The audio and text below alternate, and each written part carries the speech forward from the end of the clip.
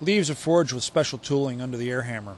I made two spring tools to forge the leaves. One a leaf snap to shape the leaf and forge in the veins in the front and back, and I also made a small round spring swage to round the stems of the leaves.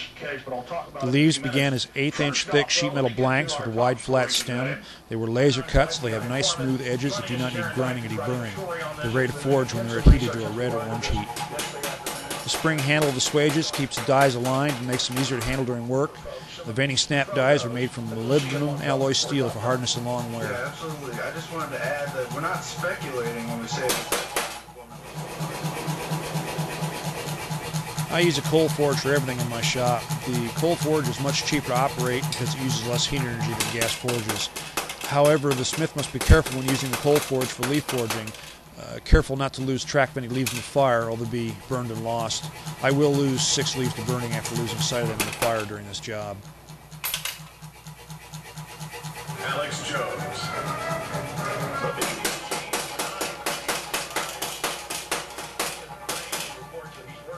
There are 750 leaves to be forged, and the work shown here will repeat over and over again until I run out of leaf blanks. At 50 leaves per hour, this takes about 15 hours. The striker air hammer worked great for forging leaves. My only worry is that the work might have been a little abusive for the hammer as far as excessive wear and tear.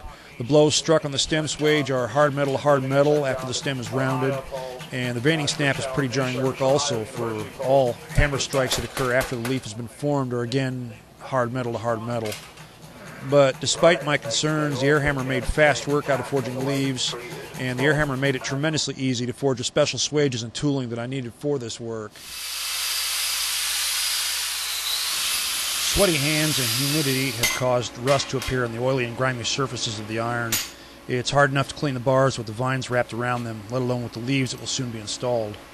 So I begin cleaning the balusters in preparation for welding, and this takes approximately 14 hours for all the pickets.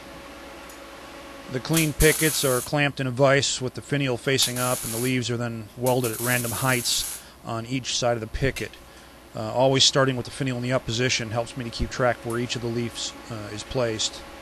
Each picket gets a specific number of leaves, and these I stack on the anvil within easy reach.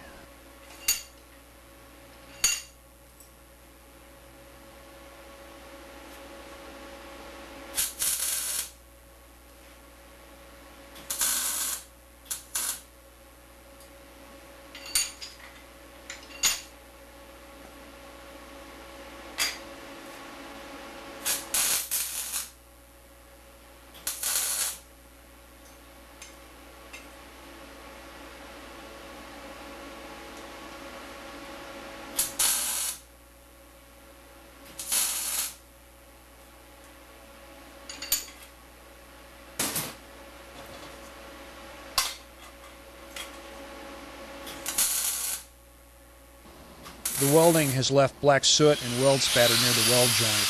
I remove the larger spatter drops with a hammer and chisel, and a good wire brushing with a wire wheel removes the soot and some of the smaller spatter. After cleaning up the weld joints, the pickets are again chucked in a vise to hold them steady while I clamp onto each leaf with a 1/8-inch flat tongs, and I twist and bend each leaf down. The stems were welded in an upward position, and pulling the leaves down gives the stems an attractive curved look. I use plain flat tongs to twist and bend each leaf because the smooth inside jaws leave no marks or scratches on the surface of the leaves. A sharp or hardened tool like vice grips would scratch and gouge the surface of the leaves and require sanding to clean up later. So tongs actually save me time, and they make it easier to do the work because the long handles of the tongs actually give me leverage to help me twist the leaves much more easily.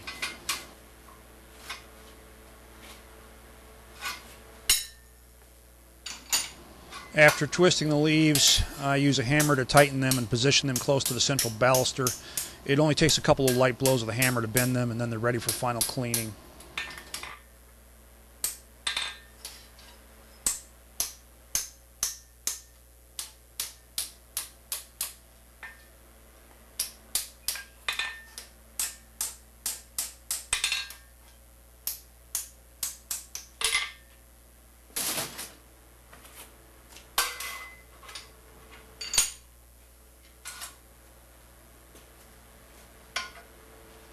The major cleaning has already been done. What's needed now is to clean the tops of the leaves, and this again I do with the wire wheel. The vine balusters are done at this point, so I stack them on a clean table where they wait for transport to another shop to be assembled into hand railings. The leaf welding and twisting take about an hour and a half to make 10 pickets, so the total combined time for this part of the work was about 14 hours. In all, there were 145 vine rods to taper at both ends for a total of 290 tapers, and out of 750 leaf blanks, 730 leaves were successfully forged. There were a total of 680 leaves welded to vines and 145 vines welded to balusters for a total of 825 MIG welds. Total time to complete this job was approximately 90 hours.